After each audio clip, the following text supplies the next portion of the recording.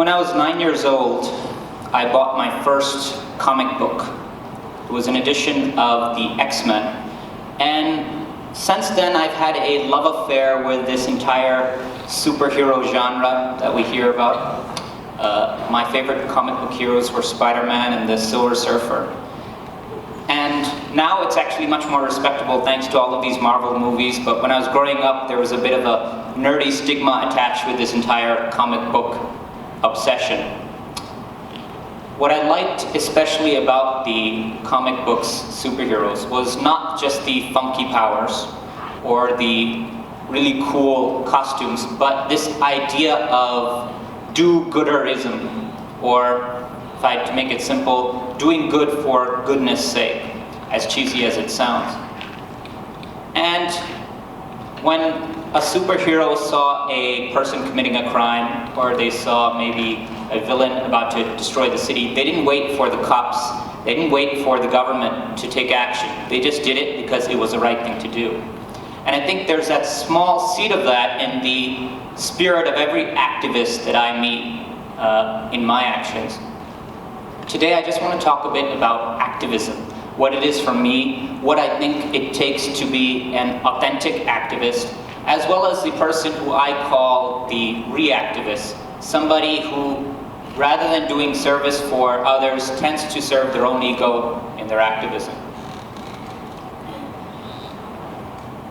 I'd like to just take a moment to ask those of you who are college students and university students, which I believe is most of you, to appreciate the fact that you may be in the most free moment of your entire life. And by that I mean, you're outside of your parents' household, right? You're what society considers to be an autonomous adult, yeah? But you're not saddled with the responsibility of having to earn an income, support a family yet. So you have this little bubble of freedom. And it's precisely this bubble of freedom which is the reason why student campuses tend to be such a fertile ground for activism, right? Because you have a sense of freshness to the world. When you see injustice, you react as a normal person should, until you're grizzled by the normal hardships of having to go to the market and sell yourself out for a job. This idea of college student activism is what was a major pillar of the civil rights movement, the environmental movement, the anti-war movement of the 60s, 70s, which inspires activists even now. And as far as my own case, I can say in my college years, I was motivated by these same student activists, and my interest then was more on protesting US foreign policy. I'm a Pakistani American, and a lot of the US foreign policy actions tended to affect people who I knew back home. And from that activism, organizing protests, doing seminars, trying to have petitions, I gravitated to activism towards financial literacy, activism on the environment, and now my activism is focused on one subject, which is statelessness, and in particular statelessness of a people who are called the Rohingya. I think there may be some of you, or hopefully most of you, who are familiar with the Rohingya from the news headlines. You may hear about these horrific scenes happening in Burma where so many people are facing persecution, and many of these Rohingya are forced to migrate to save their lives with nothing but maybe the shirts and the clothes on their back. I'll talk more about our initiative, which is called the Rohingya Project, later, but I first want to unpack this idea of what activism is. And I think activism, if you really had to distill it, it's a response to unmet expectations in society. So we expect, for example, that our waters in our streams and our rivers are not to be contaminated by industrial pollutants, for example. We expect that the food we eat follows certain food safety standards. We expect that crimes that are committed in society are going to be met with a just and fair punishment. And when those institutions of power that are designated with the responsibility to do these things, to meet these expectations, don't, either they are not doing enough or what they're doing is the opposite of what they should be doing, that's where the spirit of activism is born.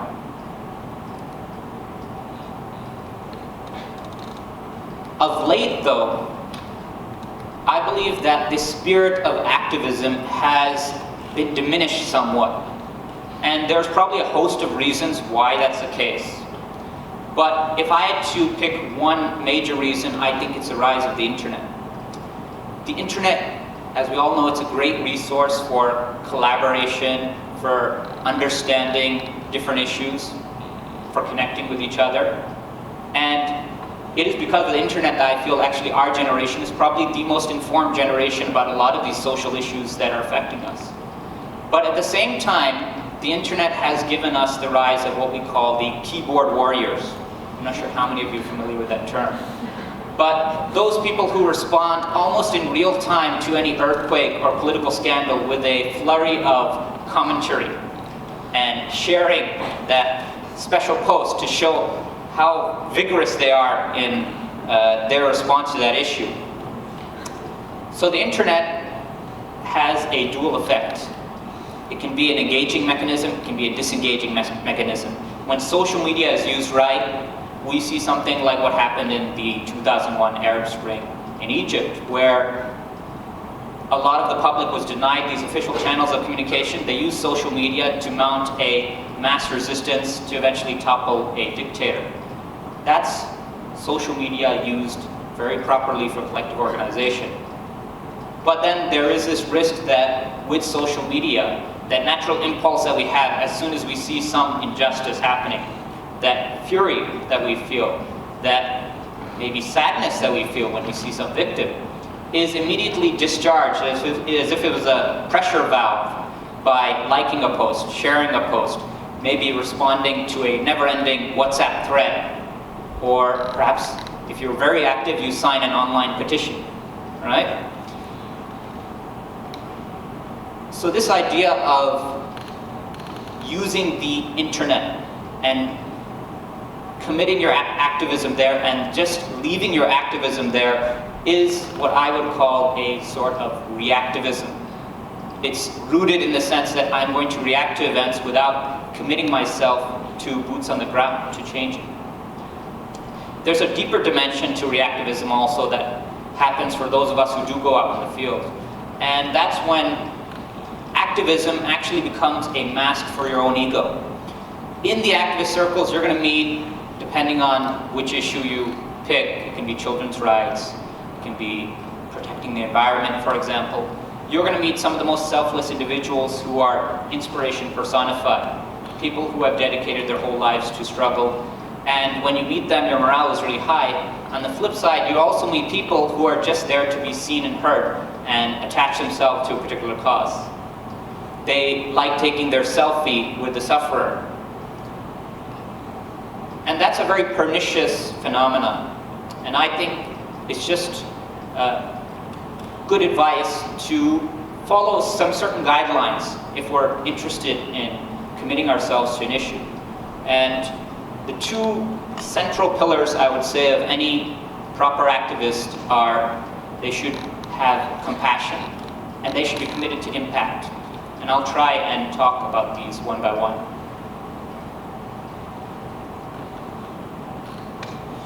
When I say compassion,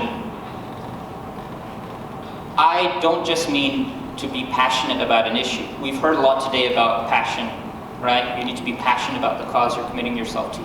That is important. You need to have a sustained level of interest to ensure that you can actually remain focused on what you're doing. But I think compassion encompasses passion.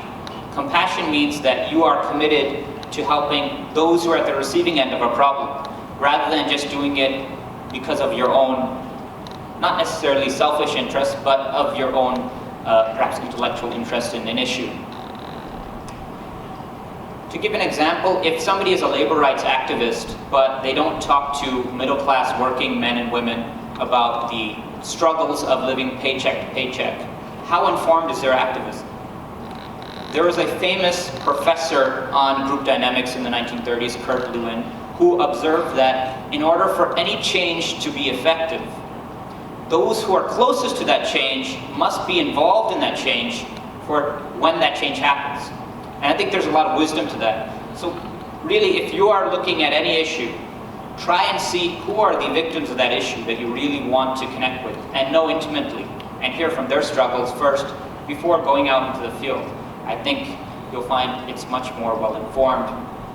From my own perspective, last year I actually quit my full-time job, and I had some time that I wanted to dedicate towards teaching and training, and one of the organizations I reached out to was a Rohingya broadcast TV station called Our Vision, and I met with the director. His name is Muhammad Noor, who's now my friend and colleague at Rohingya Project, and he explained to me in its entirety what the plight of the Rohingya is. And up till that point, I knew the Rohingya just from the news headlines as conflict victims. That's it.